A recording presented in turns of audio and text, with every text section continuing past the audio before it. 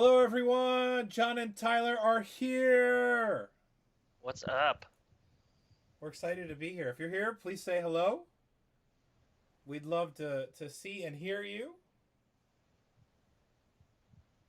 Tyler and I are super excited for today. Yeah, I wasn't aware that I'd be doing this until about an hour and a half ago, but I am super excited to fill in. Well, As I'll tell always, that story why Tyler is here in a minute. But go ahead, Tyler. big shoes to fill as always, but I'm happy to be back and I'm excited to see what you've done since last time I've been here. Yeah, it's been a while since Tyler's even been in the chat, so I'm really excited for him to be here. But so Lori couldn't make it tonight. She's okay. There's nothing. She's nothing to be worried about. She just needed to be a mom tonight, and as I told her, being a mom comes first. So she cannot be here. Nothing to worry about. She's okay. Just had to be a mom. She's got to be right with her kids tonight. Because Lori is always right. Hi, Kevin. Kevin is I don't know if you know if I've told you about Kevin Tyler. Kevin is a band director by where actually he's the band director at my alma mater, Nordonia High School. All right, cool. I see we got John Bubbett in there too. Yeah.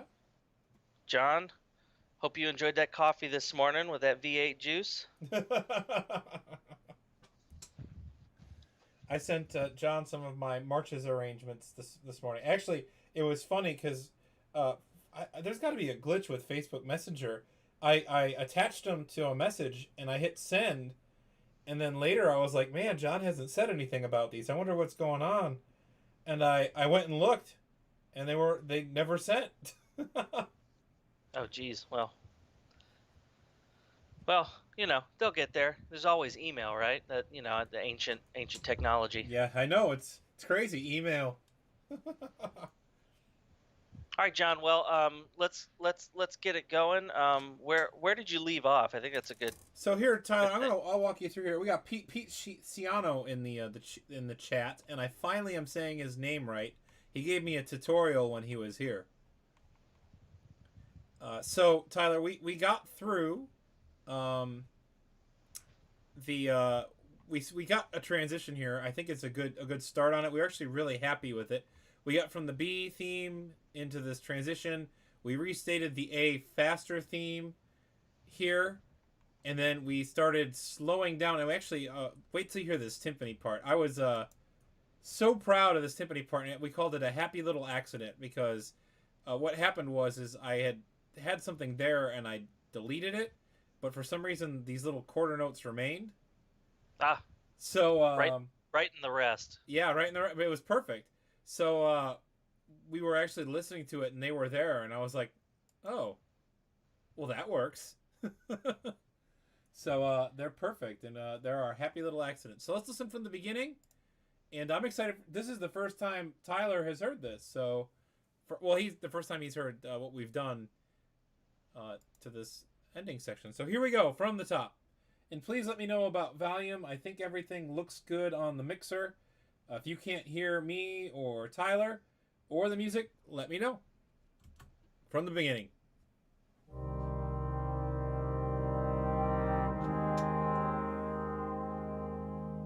going to turn up my volume.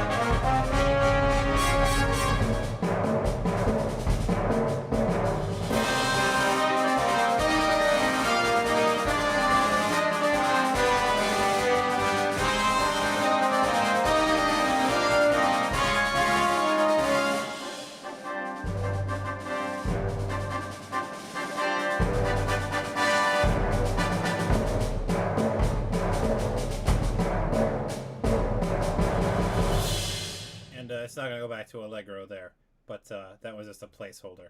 So what do you think, Tyler? It's been a long time since you've heard this. What are you feeling about it? Hey man, well first let's welcome Valerie. See Hi, Valerie in Valerie. the chat.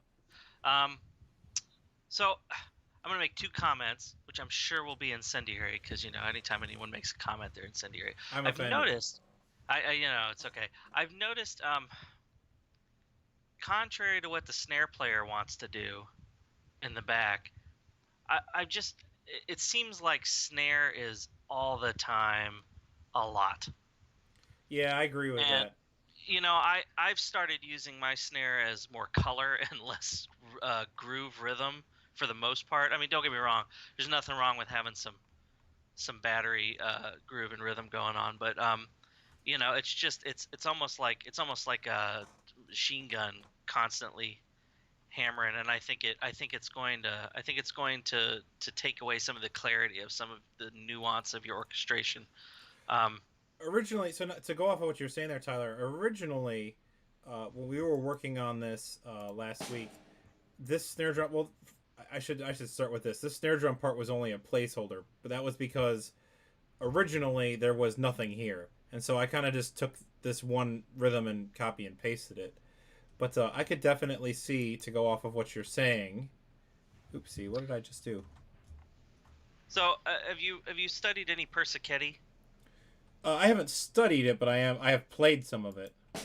Yeah, so think about the way Persichetti uses his percussion is like a choir, sort of like you've got your woodwind choir, your brass choir, then your percussion choir, and it sort of functions melodically, and so there's motifs and things going on within the percussion and not just a rhythmic pulse. Yeah, I understand. So sometimes putting some of that stuff in might be I guess an unexpected change. Yeah, I like that idea.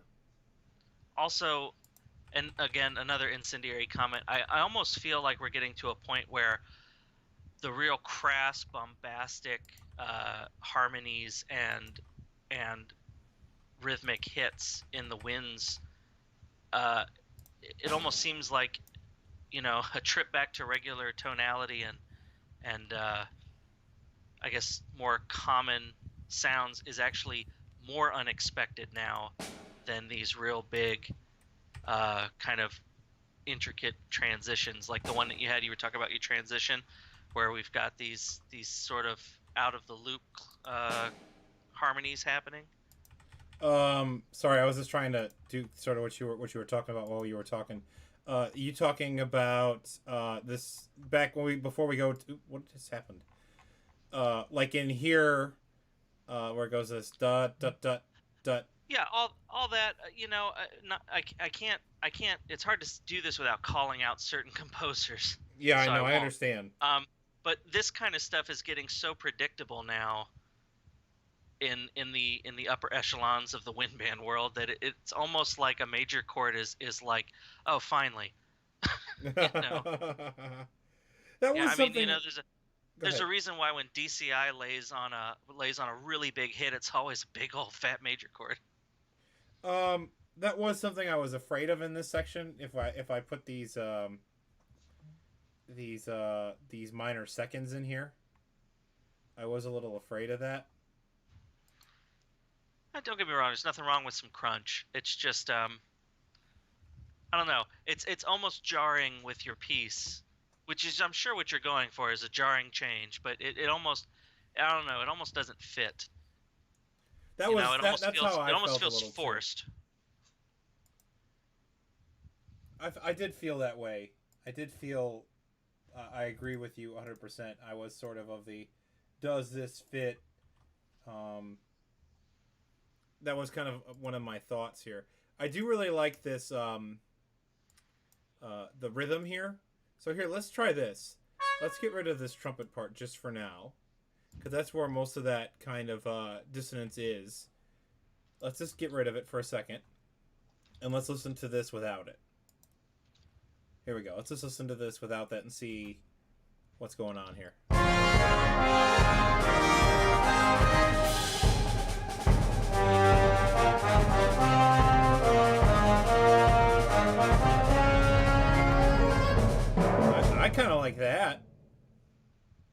Except I do think that if we do that, there is part of this that we should bring back.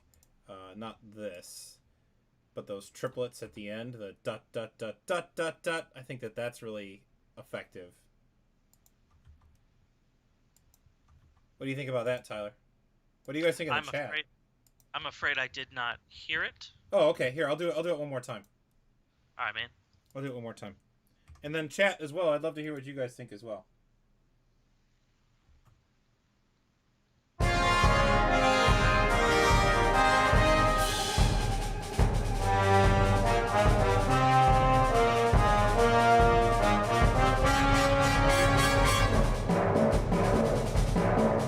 I think it needs a little bit more, maybe these triplets.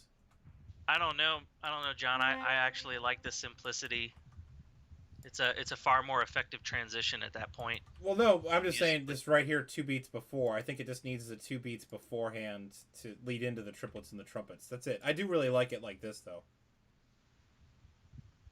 You know, I mean, think back to Mahler. Even with tension, there's a simplicity to the expectation that's coming after. You know what I mean? It's not. There's nothing in music should be completely unexpected.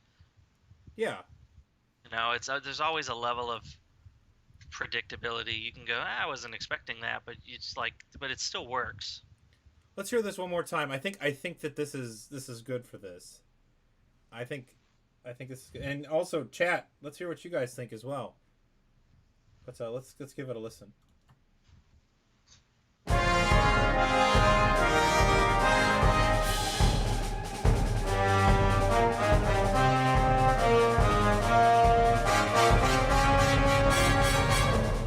I instantly regret putting that triplet a little early. I like it how it was. Yeah. Valerie has a question. She wants to know what the chord is. I guess in measure 59, it looks like, where the trill starts. It's not really a chord, right? It's just concert G. Trill. Yeah, concert G. Yeah. So I guess in relation to what you're doing, it'd be what, the third? It's the 5th, I think, because this is. No, it's we're just everyone's in the whatchamacallit, the oh man. It's been a long day. What is another word for the 5th of the chord? The dominant? Yes, it's the dominant. We're in the dominant because it's C minor throughout here. Oh, okay, gotcha. So yeah. No chord, just sort of a pedal, I guess, setting it up. Yeah, because then it transitions back to the tonic, going into measure 66. Oops, there's a collision there. I do think that I want to make this trill on G go one more measure before we start trilling the other notes. Oops, what just happened? There, and then we're going to select these. I gotta remember to bring this down to the why aren't we moving? There we go. I gotta remember to bring this down here to the altos. There. And Oh, we got a new person in. I just noticed in the chat. It's Sousa Master 06. Hey, Sousa Master. that is my friend Doug, and I've known Doug for so many years. Doug's a good friend. He's a talented arranger, but he doesn't arrange much anymore. I'm hoping he changes that. Or maybe he'll start composing. That'll be another good one. Oh, John, don't talk like there's a difference. One of my old professors used to say, anyone can compose, but only composers arrange. All right, let's listen to this one more time. I think we've got it. I think this is it here.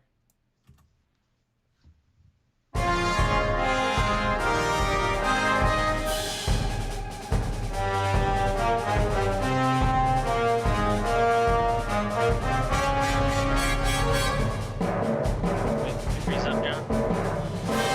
What happened? What happened, Tyler? Tyler? Forgive me, technical difficulties. Oh. Would you like me to play that one more time, Tyler? Yeah, for me, sure, Okay, why not? here we go.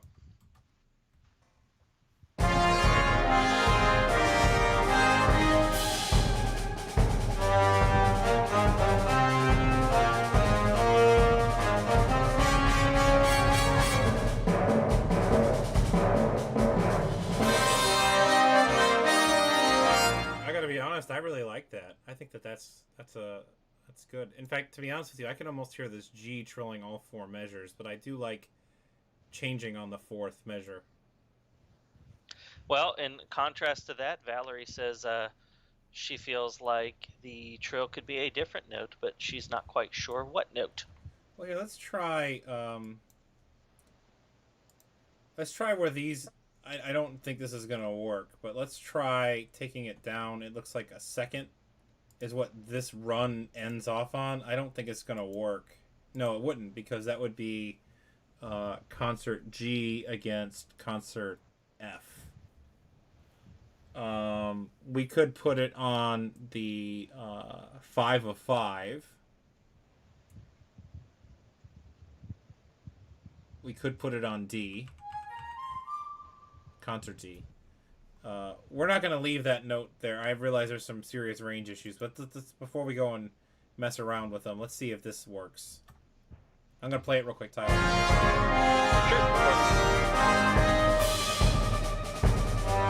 If that works. That's not... That doesn't sound bad. That sounds okay.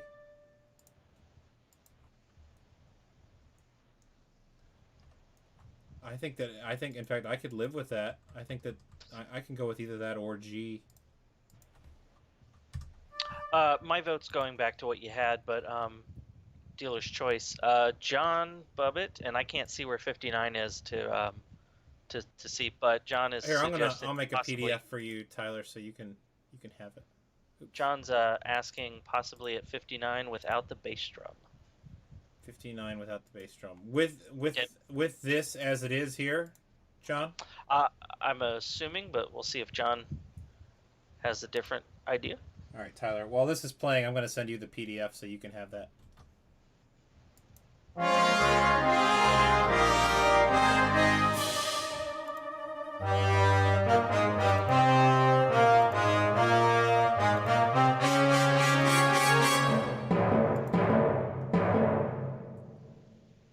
I have to be honest, I do like concert G being back. I don't necessarily like it on 5 of 5.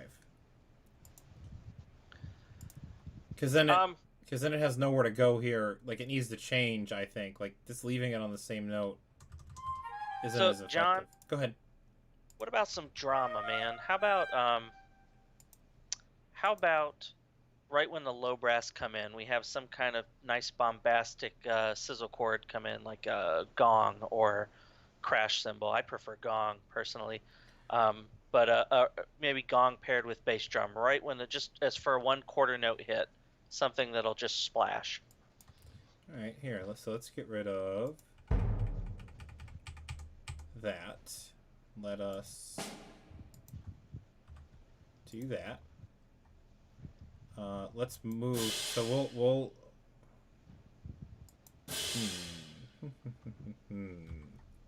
we'll do this.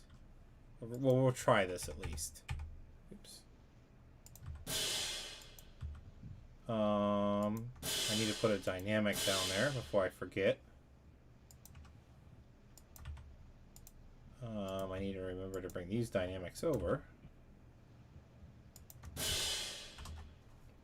There and there. Let's see, there and there. And then we want to put this there. And then we want to get rid of some of this bass drum.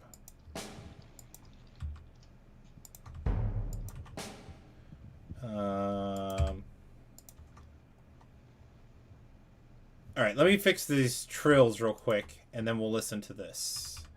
Okay, so these need to go back to G, G. You need to go to A. And we're going to get rid of the second one. And then I need to move this trill up because it's in the staff getting eaten alive. And then that needs to go there. Alright, Let's listen to this, Tyler. Let's see how we did with this.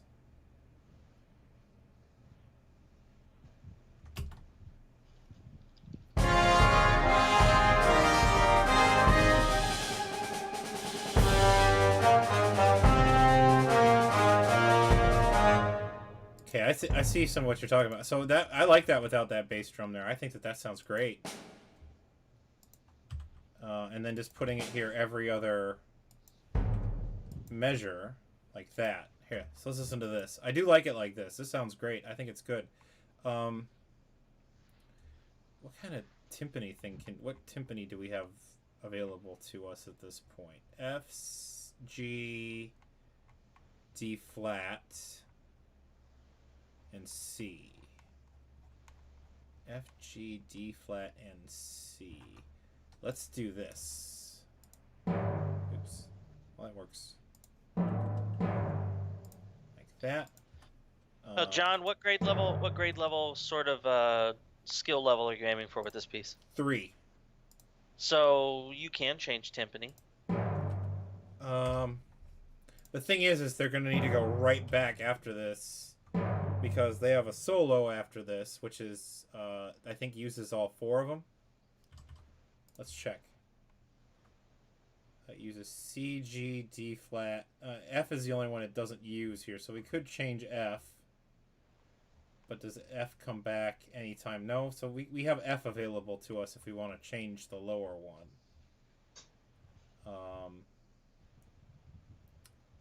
We could. I mean, my rule of thumb is always timpani mirrors the bass note, or it rumbles. Well, that's what I was doing here for this, and I think I'm okay with it. I was just trying to determine if I wanted to roll out of the transition into that measure, or if I wanted to roll out of the measure of silence into the bass thing here. And I think that this is going to sound better rolling into it. I mean, if you're going for some kind of tension, having nothing in 59 but the trill, you know, is going to when you hit the downbeat of 60, it's going to be far more impactful if all you had was the trill. So, okay, you know, for instance, on 59, everyone hits a downbeat. Your snare hits a downbeat, and that's it. And then nothing until the big crash on measure 60. Also, pro tip: always give your snares a downbeat. Pro tip. Yeah, so remove the suspended into it too. You're giving it away. It's like gotcha. It's like marching band. You know, you don't want to move your feet or your belly too soon and show what direction you're about to go to. And I say belly because I've got one, and that's usually what I had to remind myself not to lead with. Fat people struggles like me, right? Like us. So, composer shout out. If you want to check out a really cool, effective use of this kind of just in-your-face hit, go check out Ed Kiefer's new piece, The Haunting Old Mountain Melody, because it's got the coolest hit ever. Hang on. And it does something like this. I'll link it real quick because I think actually you can link it, Tyler. I made you an admin. I'll make sure and link it before we finish up. Okay. Yeah, feel free to link it down there in the chat. All right, let's listen to this real quick. And if it won't let you, just let me know and I'll take care of it. You should be able to, though. All right. Let us listen to this. I think that this is going to take care of that.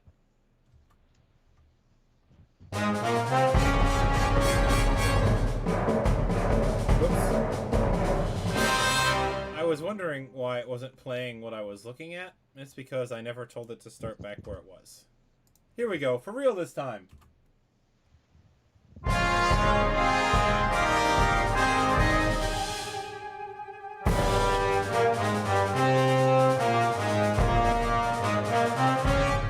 really like that. I think that Note Performer isn't giving it justice. Oh, of course not. But I think that being played by real people, I think that, let's listen to it one more time. I think that it'll be good.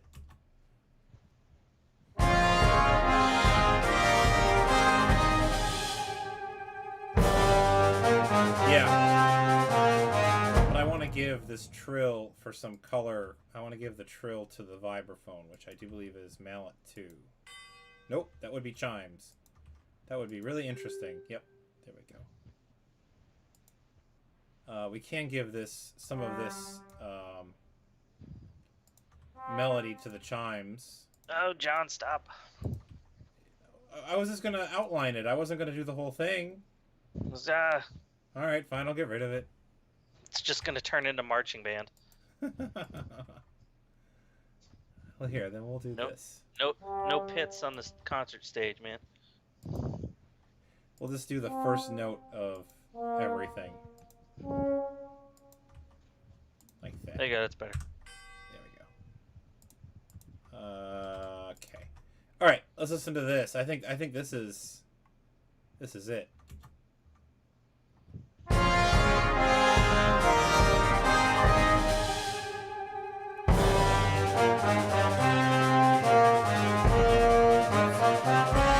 I just saw a problem. Low B flat doesn't exist on chimes. Whoops. Just tape a sign onto your chimes that just say "Get good." Make it up. I don't know. Oops, Valerie, I almost did the thing again where I didn't do the shortcut you taught me. Valerie taught me something about Sibelius the other day, Tyler. Man, I'll tell you what. Everybody uses every program different and either better or worse than somebody else, and you'll learn something new every time you talk to somebody. That's why it's always good to talk to people about your programs. Yeah, it's a true statement. If I just hit control and the note, control up or down, there's an octave. I learned that. That was so cool. It saves so much time. All right, let's listen to this one more time, and then we'll move on to where we were. I do need to put a tie there. There we go. And I need to put a LV tie there. There we go. While you're putting your LV ties, for those of you who use Finale, if you hit the space bar and move your mouse, it will play everything that you scroll over. So if you need to spot check an area.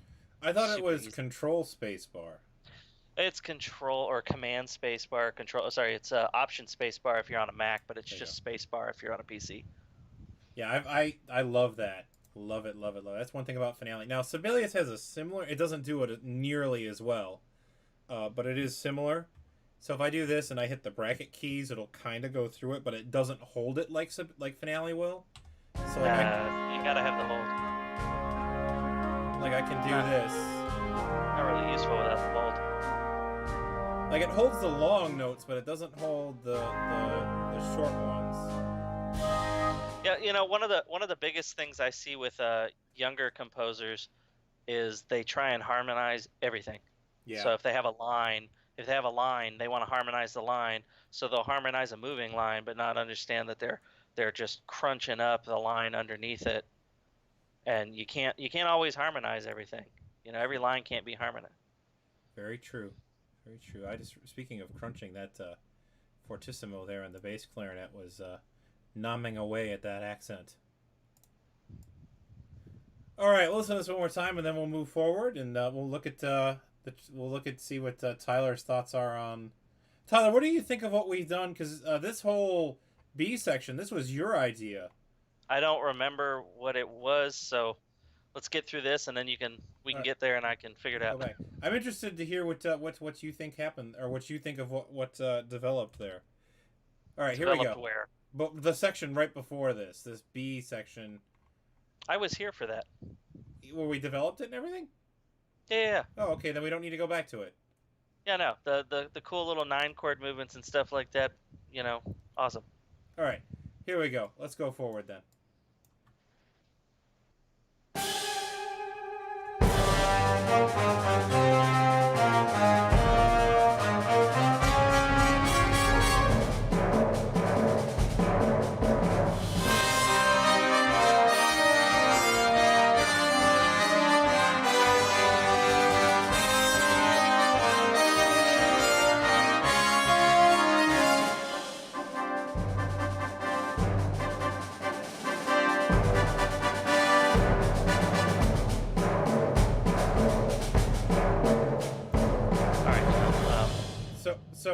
you like? So I got rid of some of the snare drum thing in here. Did you? I think that sounded much better. Yeah, it did. It's just I've got to put on the teacher cap real quick. Can Oh, you just here we kind go. of look at where we're at right here at 66? This area, this big full 2D. Yeah, 66. Here we go. Teacher hat. No. Okay. So look at all the varying different types of rhythms going on. You've got the bass rhythm. You've got this counter line in the euphonium. You've got the trombone rhythm. You've got triplets on top of that. The program plays it great. Yeah, I know a middle school or a high school group is going to struggle with that. Yeah, they're just never going to line it up. Yeah. You know, I think you won't lose. I do not think you will lose anything if you were to, let's say, take the rhythms out of the second and third trumpets to keep your harmonic movement as just long tones, because there's nothing wrong with long tones, and then maybe change your trombone 1 and 2 to mimic the rhythm of the tuba. But then, with the same notes. Whatever works for you as far as harmony. Yeah, I'm just saying that we simplify this rhythmic need. Long notes are not going to flub anybody up. And the tuba rhythm and the low brass rhythm can at least give them something to kind of latch onto. And then you still have your triplet counter melody, triplet and quarter note counter melody and melody kind of going on at once. So then we've taken a 5-part piece and turned it back into 4 parts. If it was good enough for Bach. Let's see, F and A. Well, since you say that, Tyler, I'm gonna have to go back and the same thing happens, but with less instrumentation earlier. So I'm gonna have to go back and revise that. Oops.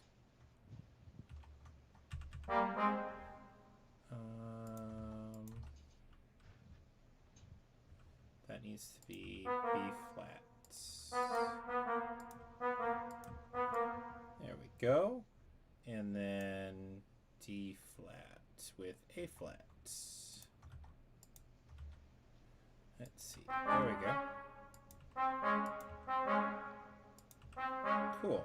Now we need to do that with the trumpets. Yeah. So. Or do you think just giving them whole notes? I'm calling it a day. I would. You could do 2 things. You could do whole notes, or you could harmonize that melody line, because the melody line, you think of it like a march harmony. Just filling in below the lead line.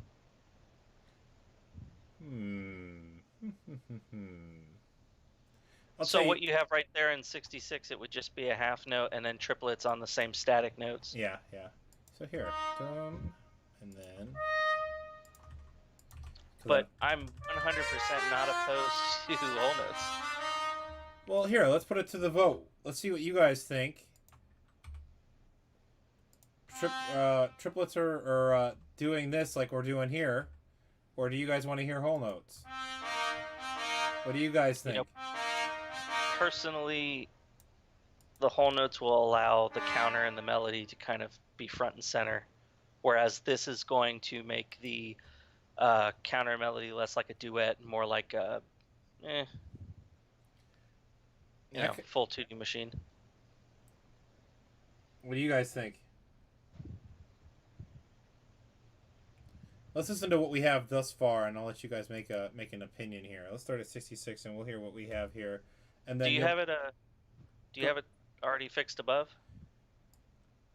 I can't see your whole screen, so okay, nope. Cool, we're good. Yeah. Okay, so I was gonna say just the trumpets and the trombones is all I fixed. That was all that needed it, no? So just an orchestration question: Why have the clarinet 2 and 3 double the horn? I just thought it would be nice to give them a little bit backup. I mean, they can play the melody. I'm not too attached. I know lots of band directors nowadays who roll their eyes when they see clarinet and horn doubled. Okay, I'm cool with getting rid of it. I thought I was being nice. All right, let's hear it like this, and then we'll do the whole notes after. So here, so you can get kind of an opinion of the whole notes. You'll hear it here in the last 4 measures of it. So the first 4 measures will be the triplet way. and then the last three measures will be the whole note way. Here we go, 66. Oops. But not just flute. I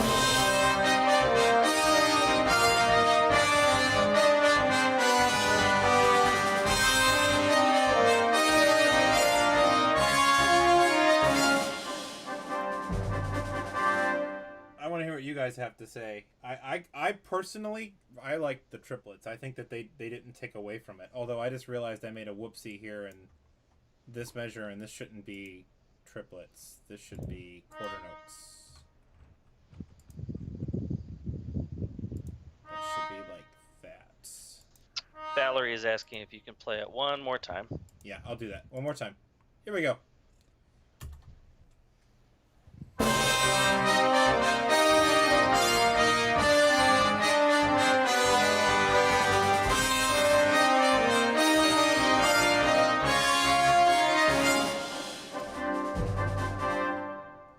Personally, I like the more rhythmic thing. That's my opinion. Personally. If you all weren't here, that's what I would do. Hey John, just for giggles, could you remove the tenor sax part and the French horn part from? Oh, I can't see what measure this is. 68. Just 68. Yeah, just that measure. Oh, I just realized the tenor sax has something different. Yeah. Right, and the euphonium. Okay, I'm deleting them. Yeah, just for a second, it almost feels too predictable to have just the constant triplet back and forth. Okay, here we go.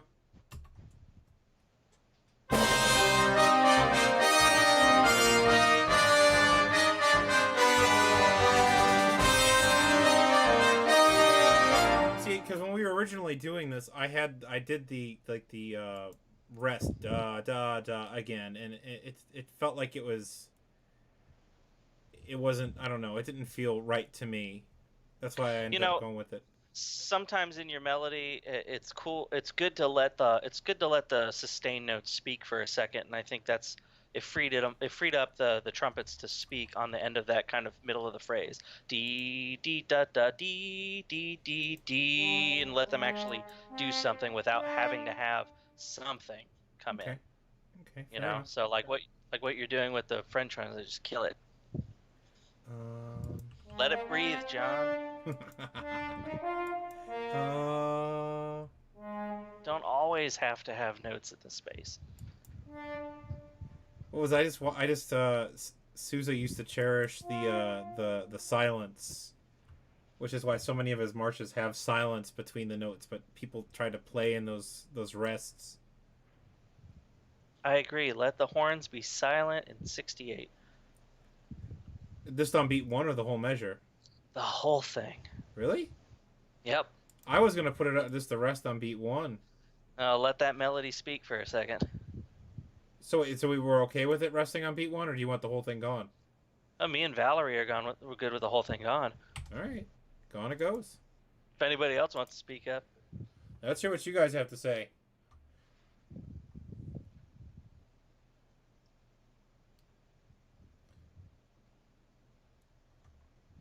Maybe no. I was gonna say we could put it on 4, but that would make it too complex. The rhythm would be too. I mean, the tubas and the trombones are playing on 4, so that'll be all right. Yeah, Kevin, we'll play it one more time. I'm gonna copy and paste. Oh, I got 2 for. Go ahead. I got 2 for me now, John. What did you do? I got Sebastian Dobbins giving me the rest on 68. Let it breathe, John. Let it. Oof. It's me, Sebastian, and Valerie against you right now, John. I left it. I got rid of it. Do I have to get rid of anything else? Is that it? Oh yeah, it's coming at the next kind of similar phrasing. Uh-oh. Well, that means so. Actually, hang on. You know what? Leading into 73, I think it's cool. 66, 7, 8, 9, 70, 71, 72. Yeah, I really like that going into. I think it's important. It's fine. Yeah. Yeah, it's going into a new section. It's cool. Now, what I'm going to quickly do is go delete this from when we do it here in this minimal orchestration version here earlier. So I'm going to delete here and here. Yeah, and then the only thing you got to do there is the clarinet parts. Yeah, I'm going to just go copy and paste the this trumpet real quick. Actually, I'm going to copy and paste all of it and bring it over and see if it works real quick. Copy and paste. Composer spend. I always yell at myself for copying and pasting. It's okay for like 8 bars. All right, here, let's listen. It's not the whole thing. It's just the melody. We're copying and pasting things for consistency. All right, here we go. Let's hear this.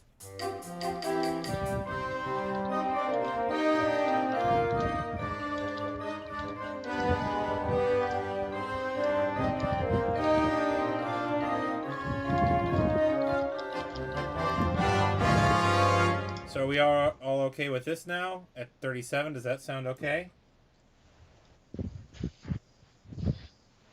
Does that sound cool?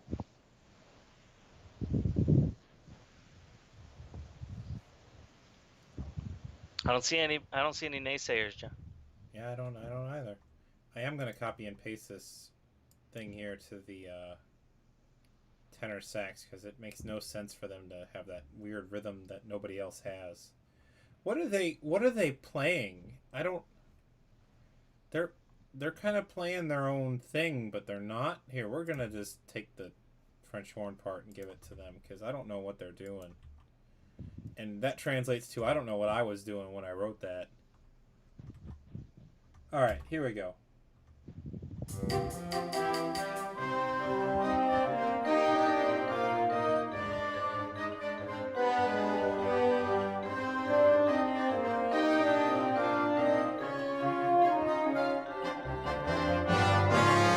we go. That sounded good. All right. Let's go in here what we did here at measure. Let's move on to 66 and let's look at the transition into the other thing here.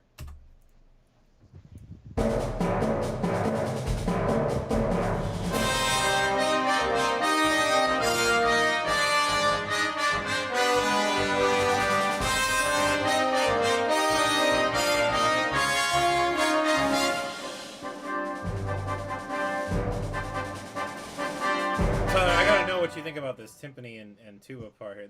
These were originally the original Happy Accidents. I think 73's transition works just fine, John. Yay! I was kind of thinking maybe we should put no. I had a friend that used to always tell me when I very first started writing music, I used to overuse a suspended cymbal. So now like, I'll go, oh, suspended cymbal should go there, and I go, no, too much suspended cymbal. I think that this would be too much suspended cymbal putting it here. I write a lot of suspended cymbal because it's the only percussion instrument I can play. And man, I am darn good at it.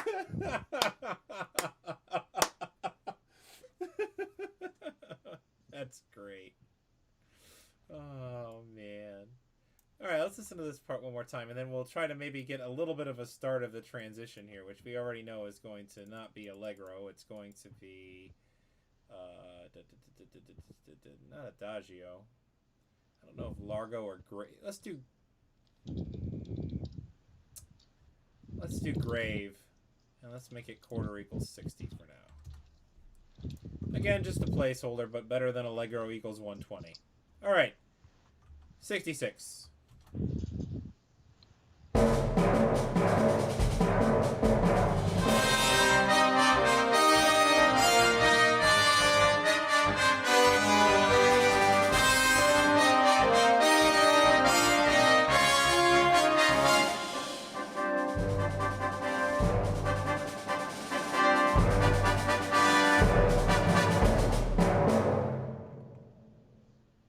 John, but what sustained note do you hear here? It's a shame at 73 that Sean O'Loughlin is not here tonight. You think he would have called me out? He would make that so cool. He would change it, and it's not that it isn't already cool, but he would Sean it, and nobody Sean's like Sean. So, just so you all know, so first of all, I'm grateful for Tyler to be here, but I was working on Sean O'Loughlin was going to join us this evening, but he had to postpone. He wasn't able to make it tonight, so he'll be here in the future. But I think Tyler is teasing me because Sean was supposed to be here. That and this is very similar to something Sean would do. It's a Sean. I mean, just rhythmic. Let's make it go. Also, John, you've got some pesky notes that showed back up in '68. Yeah. Oh, so I put these here. John Bubbett wanted to hear about if a sustained note would be good there. I was just gonna try it for John real quick. So here, let's just it's just a sustained note. Let's hear what we think, and it can always go away again.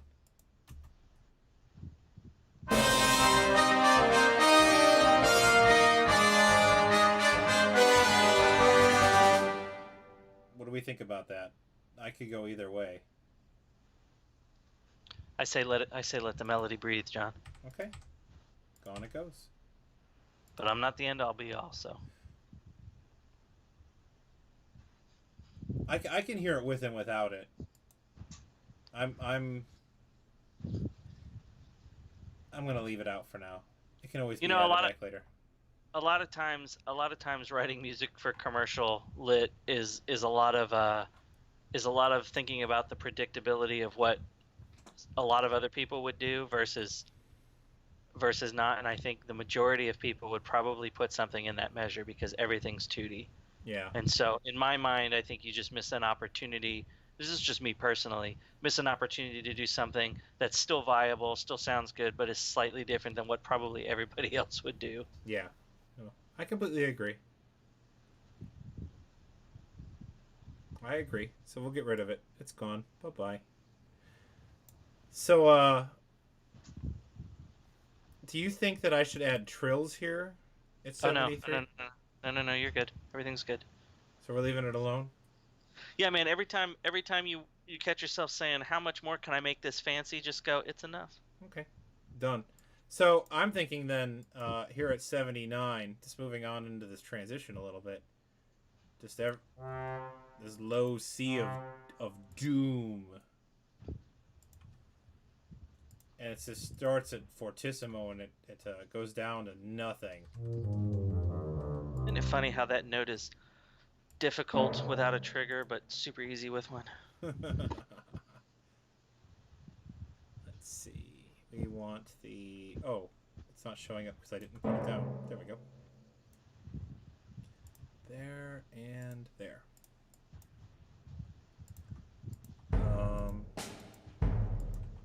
There. Boom. And we're going to make that an 8th note. And we're going to put a tie on it because we want the le vibre. And I always Do you know what sounds good that I think is underutilized a little bit? What's that? Nice big open fifths between just the tuba and euphonium. Do you take it down to low G or do you put it in the G? Oh, yeah. Low G's easy. Right there? Yeah, why not? All right. So Kill that trombone. We're going to do fortissimo and we'll have it decrescendo down Get rid of the trombone, though. Oh, we're getting rid of it? Yeah, if you keep it there, it's going to rumble. Okay. Those open fifths will be fine. You keep that C there, it's going to rumble. Or do you want to put the G double the euphonium G? Do you really need it? Have you ever known a euphonium not to be able to overpower almost anything? Or let me put it this way. Should I cue it somewhere else just in case? Absolutely. I would cue that. I would cue both of those. I would cue like the bass clarinet to the tuba and the bassoon with the G. With a G, okay. Cool. Yeah, just always cue the low res. That's what that was more of what I was concerned about. Okay, so cue. This is the youth. Period. Cue the euphonium, and then we're going to take this to the bass clarinet. Oops. Except I'm going to remember how to use Sibelius. Oh man, I gotta tell you guys a story real quick before we go on. Today, I had to go to school for a minute, and I came home and I tried to open my garage door and I couldn't remember where, because in the Toyota Rav4, which is what I drive, I couldn't remember where the button in my car was to lower my garage door, because I hadn't driven my car in forever. Oh, it was bad.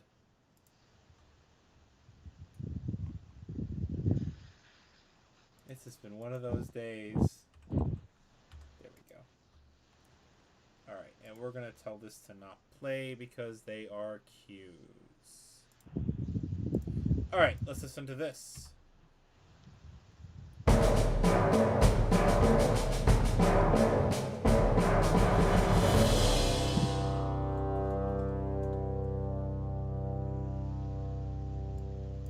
Yeah, so then we can have like a alto sax or flute in their lower range kind of transition us out of here. Now, our original talks when we first started writing this piece were to have this introduction material come back and to use this as sort of the slow section in the middle, but maybe do a little bit more with it.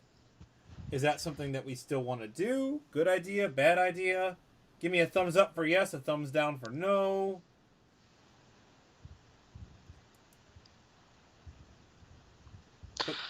Put a dab if you love it. I don't know. Oh, I just said the dab. That means you already know Peter's gonna pick that. I suppose it depends on what you're planning on doing with the next section, John. Is it going to be an elongated lyrical section, or is it just going to be a quick interlude? I was thinking like maybe one or two times through sort of this A section from the beginning. That was what I was thinking. So the material at the beginning melodically is not as strong as your material that comes when it gets faster. Yeah, I agree with that. And so, you're just going to have to do a lot more work to make it have a moment. Because, there's no point writing a lyrical section if it doesn't have a moment. Yeah, no, most definitely. I just, because this theme, it goes off of that motive, the triplets are kind of a recurring motif. Okay, so what I do sometimes if I have a motif is I change the motif slightly but still keep maybe the contour. So maybe think for the lyrical section you could possibly go into 3/4 or change the da triplet 1/2 maybe so half note quarter da dee and keep the contour of the line but actually make it more melodic instead of the triplet. Does that make sense? Yeah, I gotcha. All right, so to go kind of off of what Tyler's suggesting, so here, let's do this. So then we can kind of do sort of what we're doing at the beginning, but maybe we'll take it into 3/4 and develop it a little bit. And you could simply just keep the contour of your melody with the 3/4, though, da dee da dee da da dee da da, and do that kind of a deal. And then develop that, because that way you'd actually have something to develop at that point. Your melody's kind of stuck if it's the triplet, because everybody's ears is going to be expecting you to just do the melody from the triplets.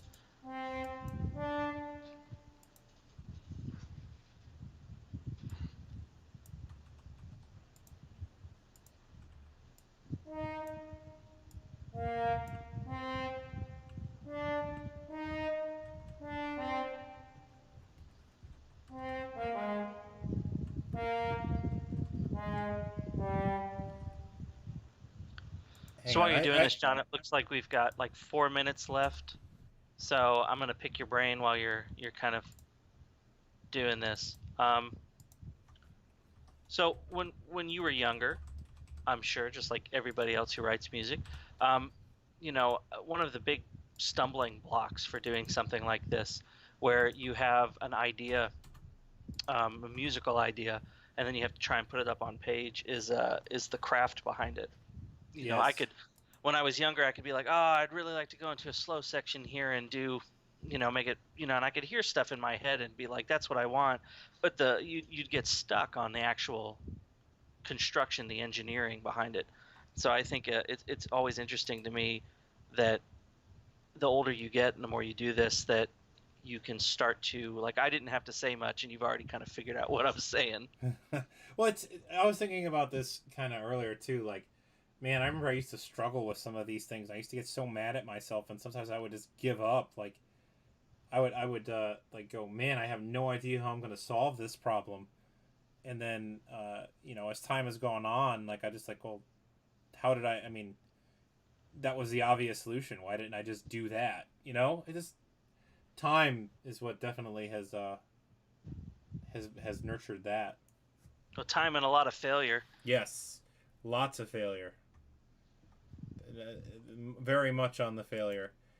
So Tyler, what I'm thinking is this kind of French horn solo, which I'm going to double before I forget. So not double. I'm going to cue it. Sorry. Are you keeping the half note, the dotted half note there first because that's what the original thing does with the triplets? Yes. What about a little bit more of unpredictability and starting right in on the quarter notes? Well, let me say this real quick before this is not really the start of the melody in my thoughts. This is just transitionary material. Yeah, just to get us to that. This is not necessarily the melody at this point. We're just getting from Note of Doom to the melody. Yeah, because you don't want your melody to be the same as the A melody, or the you don't want that da da da da da thing going on. Yeah. You might be able to change it to a down up down da dee da dee. Something that is the same similar contour using a similar palette, but a little bit different. So let's listen to this real quick and see what we think of this. I'm going to quickly make this so we can't hear it, because if not, we're going to hear tenor sax with it. We are on a 1 minute mark. Just a heads up. I don't know where you want to be. Man, Tyler is going full on Lori on me. I got nothing to do tonight, but I've listened to enough of these to know that when it's time to go, Lori's reminding you, so I'm on my game. All right, let's listen to this real quick.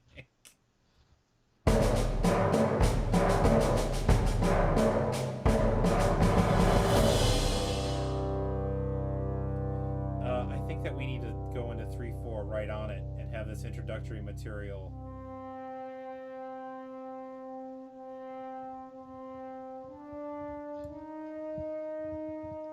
Yeah, see, I'm all for starting the movement right off the bat with the French horn instead of having another sustained note. Yeah, let's do that. So here, we'll do this. We'll get rid of that. This is going to be messy, but that's okay. That's what these things are for. We'll do that. Oh, I see what the problem is. Sibelius still thinks that this is a measure of 4/4 because I hit the wrong button. No. And then I want to get rid of this. Actually, I want to get rid of both these measures. There we go. I want to get rid of that. No. I want to get rid of this dynamic. There we go. Like that. Cool. Oh, I gotta do that real quick. I'll tell you what. I'm gonna leave this alone, and I'll fix this when you guys aren't here, so I'm not wasting your time. I don't want to fix that, and while you're all watching, that's going to be boring and not entertaining in the least. All right, here we go.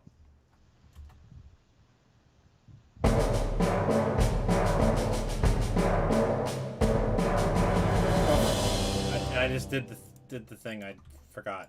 I was going to bring that over. So, John, I actually think a moment without the French horn is needed. So I think you'll like it better if you start the French horn on quarter notes. No. Start them. Let it sit for 6 counts. Start it on measure 81, just like you had it, but don't have it start on a long note. So you just had long notes. So, like this. One more measure over. Okay, give me a second. Just like we let the melody breathe before, you also want to let these long notes breathe for a minute on their own. Let the ear settle into the new kind of tempo and sound and stuff like that. If you go too soon, it's going to feel a little jarred. Hang on, I kind of have an idea. to sort of keep this. No, not that loud. It would stay like that. I just want to hear this. I'm not entirely sold on this. That's good. It's a nice color change. I mean, tuba euphonium to trombone is definitely going to be a stark color change. It's going to brighten it up. All right, let's hear this.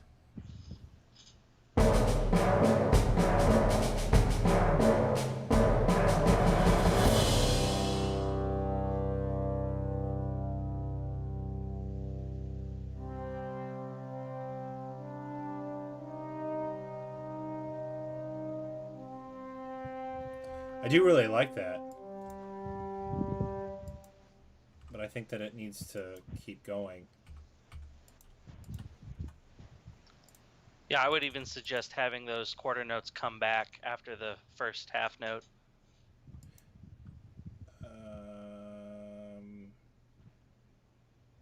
And a different instrument? No, in the French one, so you've got D D D D D D D D. Oh, know. okay. I see what you're saying. I see what you're. And I sort of agree. I sort of agree with John. John Bubbett. That's Jon, not John. I think a touch faster is probably good too. Okay. Do we want to do 72? Yeah, I was thinking it. I know our conductor at the recording session would just do it. All right. We'll do 72.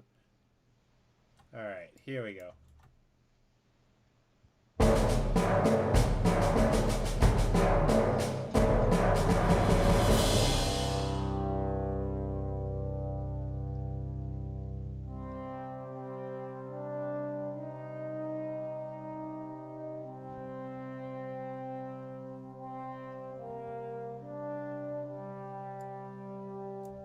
Ooh, that's spooky. I like it. I'm definitely a huge fan of that. That needs to do that. No, I'm a huge fan of that. I think that sounds great. What was the other thing I needed to fix? There was one more thing I needed to fix here. Oh, the rehearsal mark is in the wrong spot. Also, I'd possibly consider letting a legato tongue happen at 83 for the trombones. Just the tenuto mark. Yeah, just give him give him a moment to catch a quick breath and stagger back in. At 83, you said? Yeah, just every 2 bars at this tempo. So what should we do? Like this one, I guess they're gonna. Oop. You know, it's odd because you're kind of going for a 5-bar phrase instead of the 4-bar phrase. I'm assuming when you get to your melody, you're going to make it more 4-bar phrase, Yes. less 5. This is the introduction. So actually, right after this, in fact, we won't even make that a dotted half note. They're gonna breathe, have a moment of silence, boom, melody. Whatever the slow part of this is that's where it starts. This is literally it of the introduction. So this pretty much, I mean, if we're gonna fill anything in, which I don't really think that is necessary, this is it for the introduction into the next theme. Well, good. So good stopping point. I know you want to keep going, but to just keep it consistent for everybody watching, well, let's listen to this this thing here from 66 to the end, and then we'll be done. Is that okay? Sure you want a glass of water and to stay up for another episode too, don't you, John? Hey, so let's start episode. What episode is this? I don't even remember. Let's listen to this real quick, and we'll be done.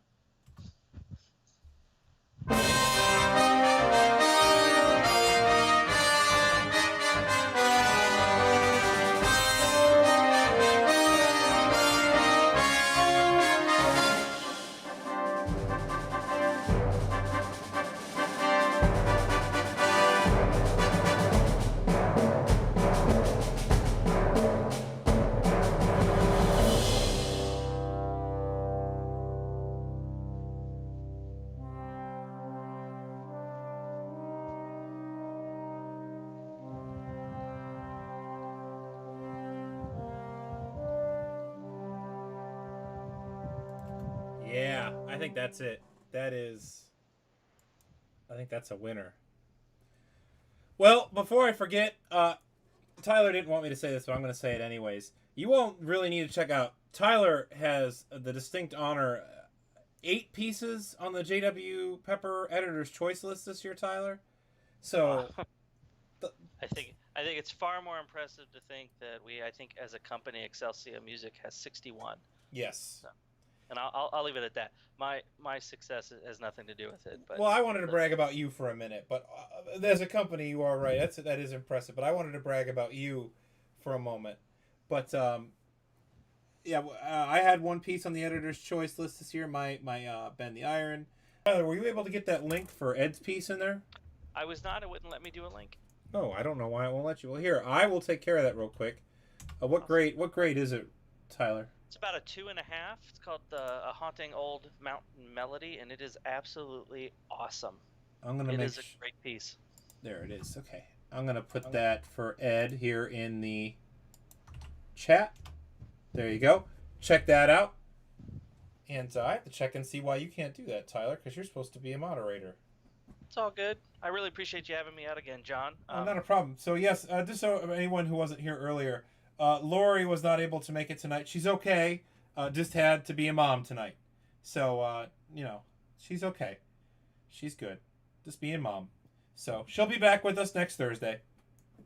So, thank you, everyone, for joining Tyler and I. Tyler, thank you for filling in. Literally, it was about an hour or 2, well, 3 hours now, but it was an hour before the stream. I was like, Tyler, stream.